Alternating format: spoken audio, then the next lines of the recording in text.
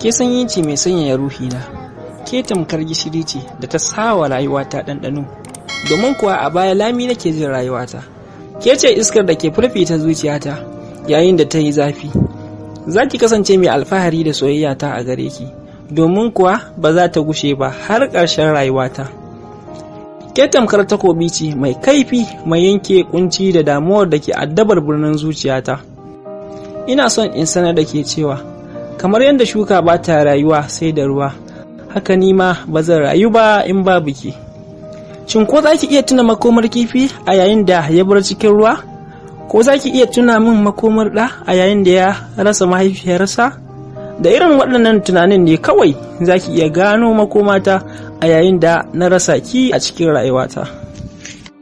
Makomar zuciyar da babu jini a jikinta, makomar gangar jikin da babu numfashi a tare da ita, makomar garin da babu kowa a cikinsa, shine makomata idan har aka wayi gari kin yi nesa da ni.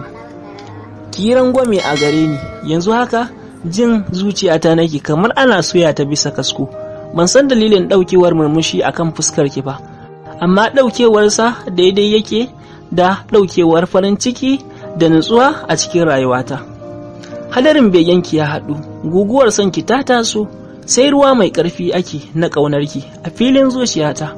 Ba za a tsagaita ba ko a tsaya, har sai zuciyata ta same ki ya hubbina.